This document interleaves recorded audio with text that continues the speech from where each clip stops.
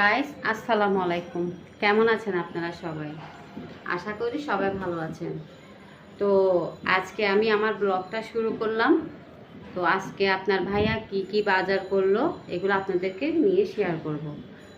আপনারা আমাকে like comment share করবেন, সাবস্ক্রাইব করবেন। তো দেখেন আজকে আপনার ভাইয়া কি কি আনলো।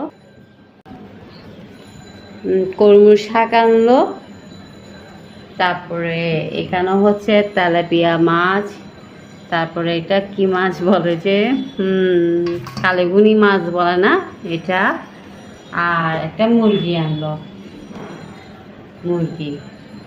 তো আপনারা দেখতে থাকুন, আজকে আমি কি কি রান্না করব সব আপনাদেরকে শেয়ার করব। আসেন গাইস, এখন আমি মুরগির মাংসগুলো ধুয়ে নিয়েছি, এখন এগুলো কাটবো, পিস পিস করব, আর মাছটাও কেটে নিব। আর এখানে আলুগুলা কেটে নিব, আর এখানে হচ্ছে পেঁয়াজ আর রসুন, এগুলো সব এখন কেটে নিব।